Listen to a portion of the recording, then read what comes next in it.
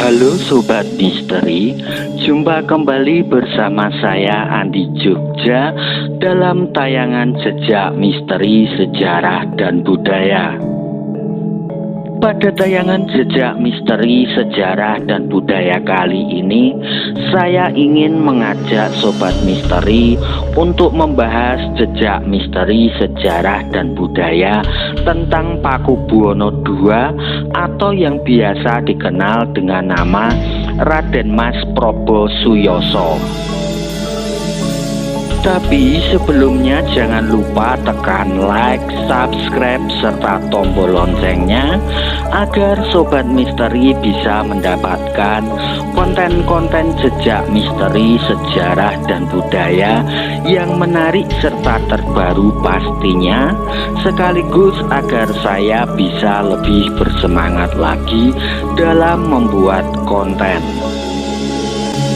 Pakubuwono II atau Raden Mas Prabu Suyoso yang biasa dikenal dengan nama Sunan Kumbul adalah merupakan susuhunan Mataram Islam atau pewaris tahta Mataram Islam Kartosuro yang memerintah pada tahun 1726 Masehi hingga tahun 1742 Masehi dan menjadi susuhunan Mataram Islam Surakarta yang memerintah pada tahun 1745 Masehi hingga tahun 1749 Masehi setelah adanya pemberontakan Amangkurat V.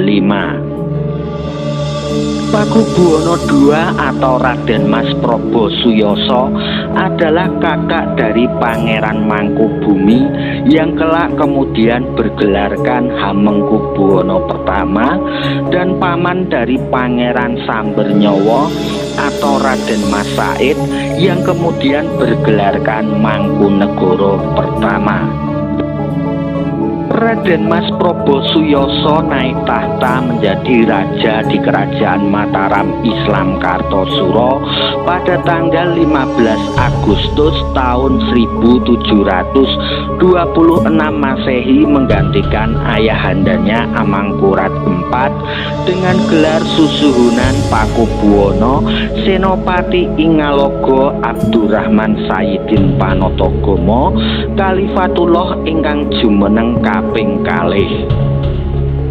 Pakubuwono II atau Raden Mas Prabu Suyoso yang dikenal dengan nama Sunan Kumbul adalah merupakan putra Amangkurat IV dengan Ratu Mas Kadipaten atau Gusti Kanjeng Ratu Kencana, seorang permaisuri Amangkurat IV yang merupakan keturunan dari Sunan Kudus.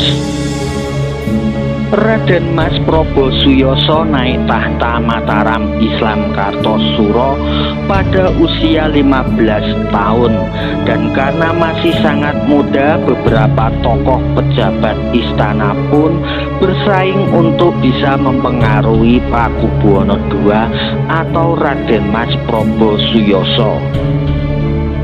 Para pejabat kerajaan Mataram Islam Kartosuro pun terbagi menjadi dua kubu, yaitu golongan yang mendukung dan bersahabat dengan VOC yang dipelopori oleh Ratu Amangkurat atau Ibu Suri, serta golongan yang anti dengan VOC yang dipelopori oleh Patih Cakrajaya.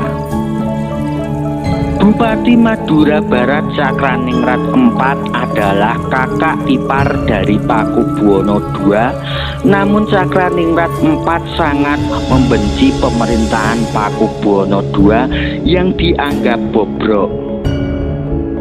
Kemudian Cakraningrat IV pun menawarkan diri untuk membantu VOC asalkan Cakraningrat IV bisa dibantu lepas dari Mataram Islam, dan VOC pun jelas menerima tawaran yang menggiurkan dari Cakraningrat IV tersebut. Keadaan pun kemudian berbalik. Para pemberontak Tionghoa anti VOC yang dipimpin oleh Sunan Kuning pun bisa dipukul mundur oleh VOC dengan dibantu Cakraningrat bersama pasukan dari Madura. Pakubuwono II yang tadinya anti VOC pun menyesal telah memusuhi VOC yang kini unggul setelah dibantu oleh pasukan Madura yang dipimpin oleh Cakraningrat IV. Lalu perdamaian pun dijalin antara Mataram Islam Kartosuro dengan VOC dan Kapten Baron pun pada bulan Maret 1742 Masehi tiba di Kartosuro sebagai wakil dari VOC untuk menandatangani perjanjian damai dengan Pakubuwono yang kedua. Perjanjian perdamaian tersebut membuat kubu para pemberontak anti VOC pun sakit hati dan mereka pun kemudian mengangkat raja baru yakni Raden Mas Gerandi atau Sunan Kuning untuk menjadi Amangkurat V. Sunan Kuning atau Amangkurat V yang merupakan pemimpin kaum berkulit kuning adalah cucu dari Amangkurat III yang masih berusia muda. Mayoritas para pemberontak anti VOC pun kini bukan lagi didominasi oleh kaum Tionghoa, namun melainkan semakin banyak juga kaum pribumi Jawa yang anti VOC bergabung dengan Raden Mas Gerandi. Pada tanggal 18 Juni 1742 Masehi, Patih Notokusumo ditangkap oleh VOC atas permintaan dari Pakubuwono II karena diduga secara diam-diam telah bersekongkol dengan pasukan pemberontak anti VOC yang dipimpin oleh Sunan Kuning. Kemudian Patih Notokusumo oleh VOC diasingkan ke Sri Lanka dan hal tersebut telah memancing kemarahan para pemberontak anti VOC untuk melakukan penyerangan ke kerajaan Mataram Islam Kartosuro. Pada tanggal 30 Juni 1742 Masehi, pasukan pemberontak anti VOC Jawa Tionghoa yang dipimpin oleh Sunan Kuning atau Raden Mas Gerandi pun telah bisa mengalahkan pasukan Pakubuwono II secara total dan sekaligus juga bisa menduduki kerajaan Mataram Islam Kartosuro. Setelah bisa menguasai istana Mataram Kartosuro, kemudian Raden Mas Gerandi atau Sunan Kuning pun kemudian mengangkat dirinya sebagai Raja Mataram Islam Kartosuro dengan gelar Amangkurat yang kelima. Sedangkan sang Raja Pakubuwono II pun berhasil melarikan diri dan hanya dikawal oleh segelintir orang yang setia kepadanya dengan beberapa petugas dari VOC. Pakubuwono II pun kemudian pergi ke Madiun untuk mengumpulkan para pendukungnya dan dari sana Pakubuwono II pun melakukan upaya yang sia-sia untuk bisa mendapatkan kembali mahkotanya yang telah hilang.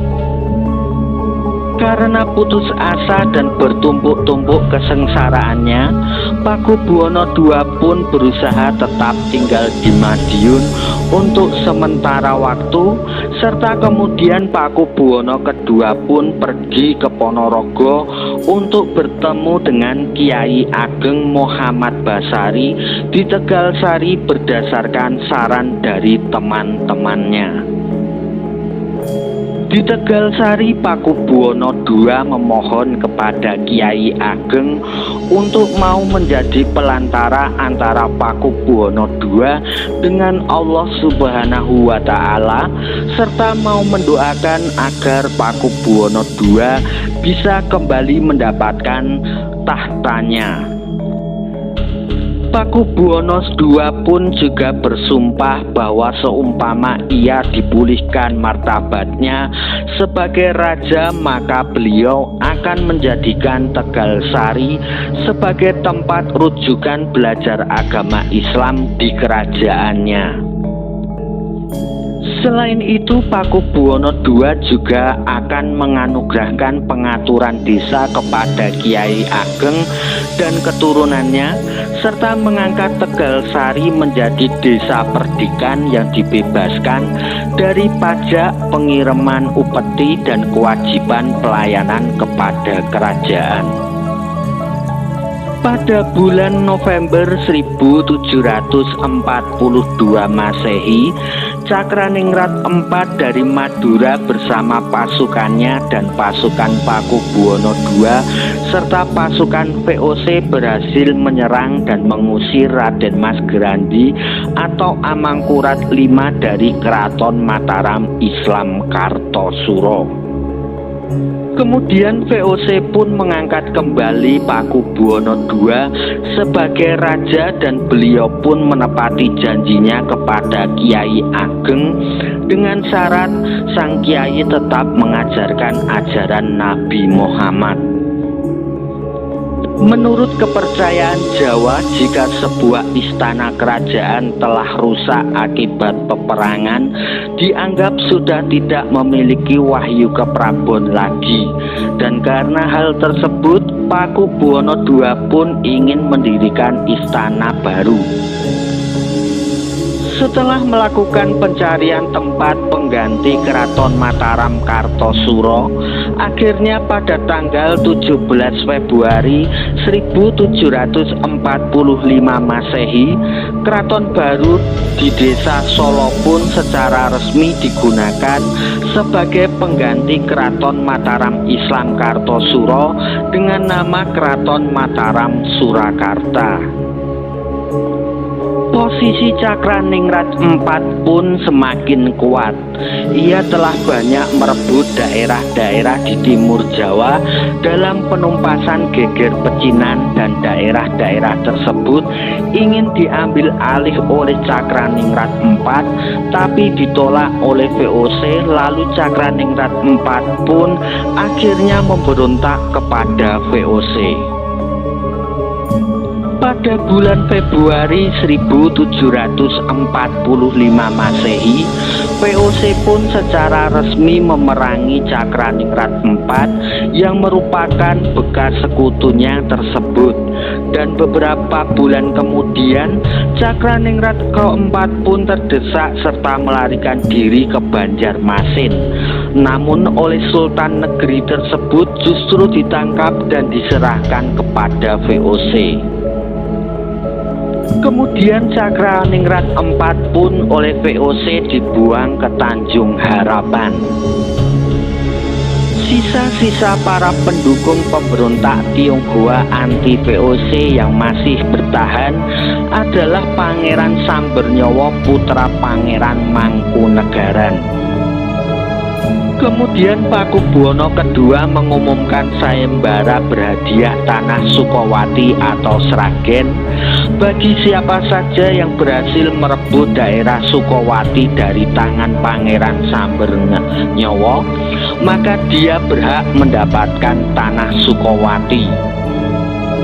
Pangeran Mangkubumi yang merupakan adik dari Pakubuwono II pun memenangkan sayembara tersebut pada tahun 1746 Masehi.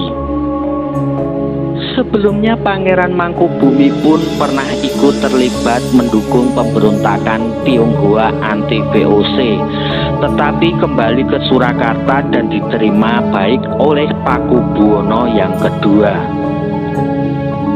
Namun Patih Pringgoloyo membujuk Pakubuwono II supaya tidak menyerahkan tanah Sukowati pada Pangeran Mangkubumi.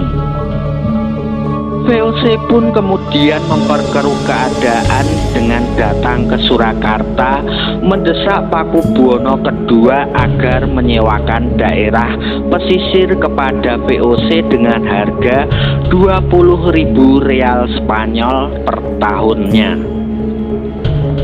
Pangeran Mangkubumi pun menentang hal tersebut dan terjadilah pertengkaran di mana Kapten Baron telah menghina Pangeran Mangkubumi di depan umum.